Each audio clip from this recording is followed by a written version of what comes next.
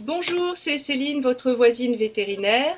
Aujourd'hui, nous avons le plaisir d'avoir Anna Evans avec nous. Bonjour Anna. Oui, bonjour. Et puis, c'était d'abord pour vous la présenter parce qu'il y a un petit moment que j'entends parler d'elle régulièrement. Et nous sommes tous des passionnés d'animaux. Si nous écoutons cette émission, si moi je la fais, c'est pour ça. Et elle a la particularité de communiquer avec les animaux. C'est bien ça, Anna? Tout à fait, oui. Alors moi j'ai plein de questions parce qu'en tant que vétérinaire, évidemment c'est quelque chose qui est important pour moi. Alors moi j'ai une première question. Comment vous êtes-vous aperçu des capacités que vous aviez dans cette histoire de la communication? Est-ce que c'est antérieur à votre métier de vétérinaire? Est-ce que c'est pour ça que vous avez fait vétérinaire ou c'est venu progressivement? Non, alors oui, enfin, non et oui, puisque vous me posez plusieurs questions à la fois. Donc en fait, je vais les reprendre une par une. En fait, ce qui s'est passé, c'est que en 1988, donc ça faisait déjà 6 ans que je pratiquais, euh, j'ai euh, j'ai reçu un cadeau d'une propriétaire qui voulait me remercier d'avoir soigné son chien, comme ça se fait carrément, enfin ça se fait couramment, pardon, en médecine de clientèle. Et elle m'a offert un livre qui en fait a été un grand virage pour moi. C'était le livre de Allen Boone qui était à l'époque, je ne crois pas qu'il était traduit en français, mais comme je suis bilingue, je ne me rappelle pas. En tout cas, maintenant, il a été traduit et en français, c'est Des bêtes et des hommes. D'accord. Donc, ce livre raconte l'histoire de cet homme qui est scénariste de films à Hollywood, donc un célibataire qui vit à Venise avec tout ce qu'on peut imaginer qu'on voit dans les séries noires, quelqu'un qui se fait jamais la cuisine et qui va toujours manger des hamburgers au petit bar du coin. Et donc ce monsieur, on lui avait confié un chien à garder pendant 6 mois et il n'avait aucune idée de comment on nourrit un chien, ce qu'il faut en faire, enfin, etc. Donc il a suivi à la lettre les instructions des propriétaires, dont les instructions les plus bizarres, qui étaient par exemple qu'on devait lui lire à ce chien un chapitre d'un livre tous les jours à voix haute, etc. Et donc il a fait exactement tout ce qu'on lui, tout ce qu'on lui avait mis dans le mode d'emploi, on pourrait dire. Et il s'est aperçu que le chien avait des comportements un petit peu étranges et comme c'était quelqu'un qui à la base était journaliste, qui avait un comportement lui-même assez curieux. C'était quelqu'un qui observait beaucoup et qui était curieux de tout. Et donc, il s'est aperçu, sa première observation, c'est que quand il pensait qu'il allait devoir sortir le chien était devant la porte et il amenait sa laisse pour être sorti. Donc là, il a commencé à trouver ça bizarre et il a fait des expériences diverses, donc entre guillemets télépathiques, mais qu'il raconte de façon très amusante. Et donc, en lisant ce livre, j'ai été vraiment saisie parce que j'ai eu l'impression que c'était une histoire vraie, que c'était pas quelque chose d'inventé, c'était pas un roman. Et j'ai vu la portée potentielle de cette mise en œuvre en fait de la communication avec un animal pour la pratique vétérinaire. Donc j'ai relu le livre un certain nombre de fois, j'ai cherché à voir comment il faisait en fait, qu'est-ce qu'il décrivait de sa façon de faire. Et puis j'ai fait de mon mieux pour suivre les indications qui étaient données. Mais ça m'a pris beaucoup de temps parce que j'ai Pas de cherché un formation. chien. Oui. Il n'y avait pas du tout de formation. Vous deviez. Ah non, alors, mais pas du tout. Je savais même pas qu'il existait des personnes qui faisaient qui pratiquaient ceci, même si j'avais déjà vécu, enfin, ou voyagé aux États-Unis où la communication avec les animaux est plus ancienne qu'en Europe. Mhm. Parce que Penelope Smith la pratique et l'enseigne depuis peut-être maintenant enfin une quarantaine d'années, donc c'était déjà existant à l'époque, mais bon moi je n'avais aucune information là-dessus, donc j'ai fait mes petits essais dans mon coin. Et je me suis servi au départ de cet outil pour m'aider à diagnostiquer les boiteries de chevaux parce que c'est toujours un domaine où en tant que vétérinaire j'étais pas très forte. Oui, mais c'est tout le monde, je crois. Oui, c'est difficile, c'est vrai. Et donc là, ben, je me suis servi de cet outil pour, je dirais, compléter un petit peu mes diagnostics pour savoir si ça faisait mal dans le sabot, si ça faisait plus mal en appuyant, etc. Et ça me donnait des idées après d'examens complémentaires à mettre en œuvre pour être, je dirais, pour aller le plus vite possible à un diagnostic. D'accord. Et donc, Voilà. ça, c'est tout ce travail que vous avez fait.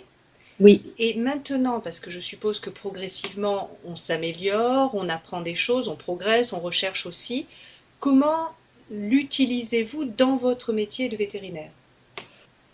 Alors en fait, c'est vrai que depuis 1980, enfin depuis la fin des années 80, là où j'ai lu ce livre et où j'ai commencé enfin où j'ai décidé d'explorer cette potentialité, hein, ça m'a pris un certain temps pour prendre cette décision, puis après ça m'a surtout pris beaucoup de temps pour réconcilier cette hypothèse que c'était possible avec des connaissances existantes, c'est-à-dire que je suis allée voir un peu dans les neurosciences, mais à l'époque c'était pas du tout développé comme maintenant. Enfin, j'ai fait toutes sortes de recherches. Je suis même allée lire des écrits de Goethe. Enfin bon, j'ai fait vraiment des recherches tous azimuts. J'ai rencontré plein de gens.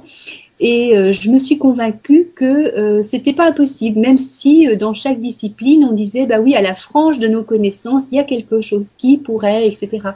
Et une personne qui a vraiment été très importante dans mes recherches, c'est Sheldrake, qui a étudié les facultés entre guillemets télépathiques des chiens surtout. Mm-hmm.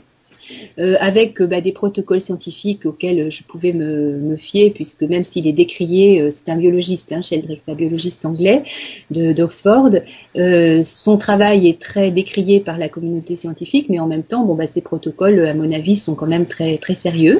Mm-hmm.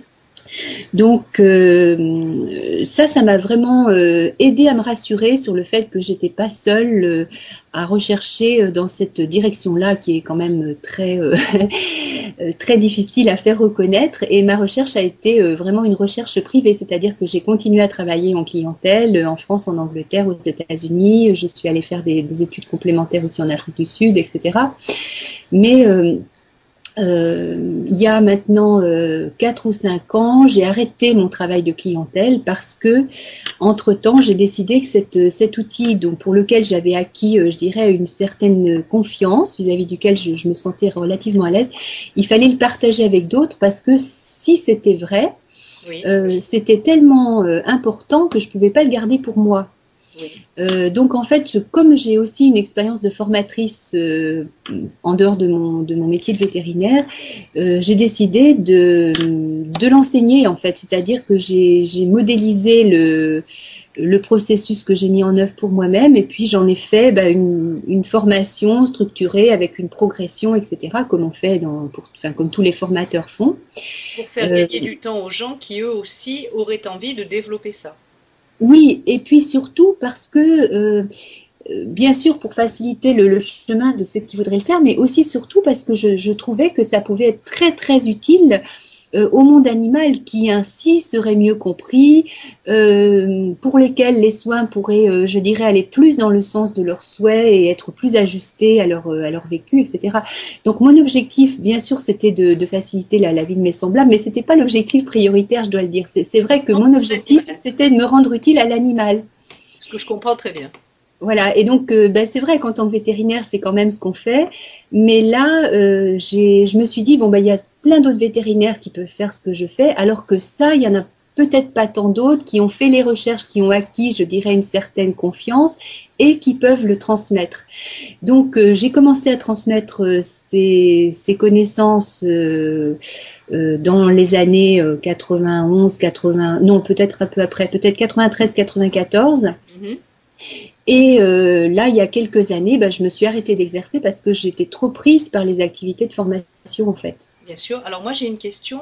Est-ce que vous formez des vétérinaires ou aussi des vétérinaires et des gens qui ont envie d'améliorer aussi le bien-être animal de ce côté-là?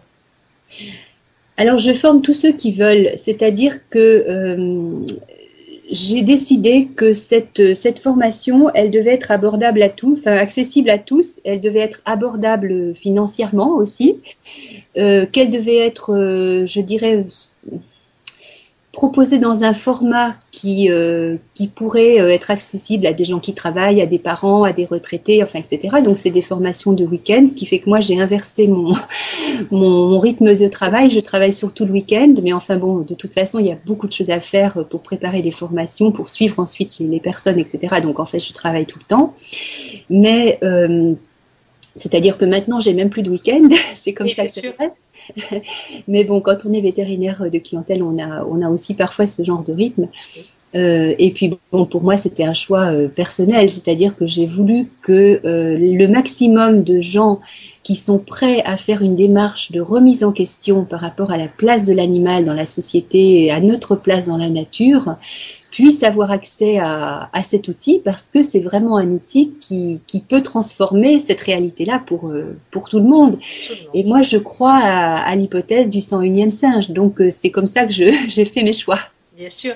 Et justement, quand retirez-vous, vous, d'un point de vue de votre équilibre de vie et justement de la relation, de la place au niveau de la nature et la relation aux animaux?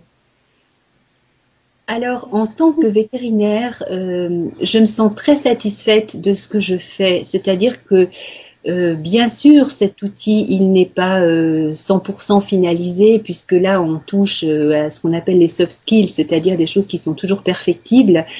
Mais bon, j'aime beaucoup cette notion de recherche que je continue, bien sûr, à exercer. J'aime beaucoup cette notion de multidisciplinarité, c'est-à-dire que je m'adresse aussi bien à des philosophes qu'à des anthropologues, qu'à des éthologues. Enfin, je ne suis pas cantonnée à l'univers étroit de la médecine et des laboratoires pharmaceutiques.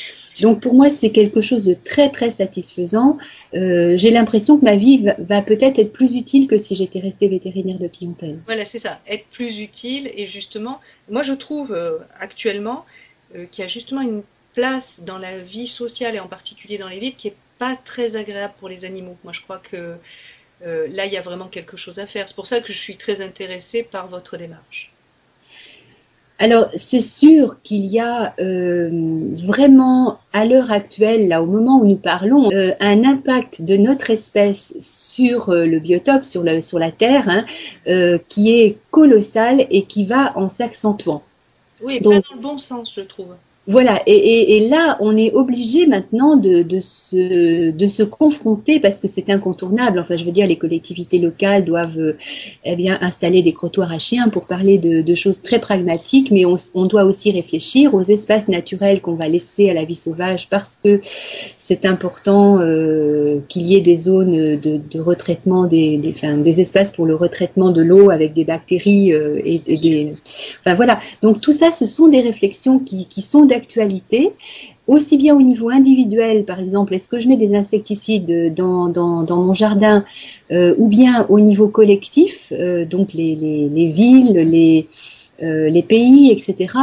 Tout ça, c'est des choses qui sont maintenant des obligations, et j'espère que la communication intuitive permettra à ceux qui veulent l'entreprendre d'avoir un petit outil pour attraper ces problématiques par un bout et en faire quelque chose dans leur vie. C'est-à-dire que pour moi, l'idée, c'est d'aider les gens à sortir de l'impuissance en leur donnant un outil où ils deviennent capables de faire quelque chose à la mesure de leur choix, de leur désir, etc. Et quelque part, donner enfin la parole aux animaux. Ah bah oui, c'est-à-dire que là, ça passe par là. Ça, ce que je viens de vous dire, c'est le pourquoi, c'est-à-dire vers quoi ça tend, quel est l'espoir, l'objectif de l'outil. Mais le comment, c'est en allant à la source, prendre l'information de ce que c'est l'animal, de ce qu'il pense, de ce qu'il vit, comment il le supporte, ou qu'est-ce que ça lui apporte, en quoi ça l'enrichit. Et donc là, ça nous donne, je dirais, une base de réflexion qui est plus que de l'éthique au sens, parce que l'éthique, ça a tendance à être proche de la philosophie, mais qui est une base de réflexion pragmatique et quotidienne. Absolument. Anna, je retourne. Il faut que je vous pose encore une dernière question. Allez-y. Pour pouvoir nous quitter. Moi, je veux savoir, je vis avec un animal, c'est un chien, mettons, que j'ai trouvé. Je me pose des questions. Pourquoi comment je peux aider? Parce qu'il y a beaucoup de choses que je ne sais pas. Comment je peux m'approcher de vous en tant que simplement propriétaire d'animal, et comment puis-je avoir recours à vous? Alors c'est très simple, il suffit si on a internet, il suffit de taper www.communicationintuitive en un seul mot.com, et puis là, il y a des informations sur les activités que je propose, qui incluent des rendez-vous individuels, donc qui sont privés et je dirais dans lesquels un secret professionnel est respecté. Ou alors, si des personnes veulent suivre des formations, elles peuvent aussi le faire. Donc sur ce site, il y a toutes ces informations, et à droite, l'onglet de droite, c'est Contactez-moi.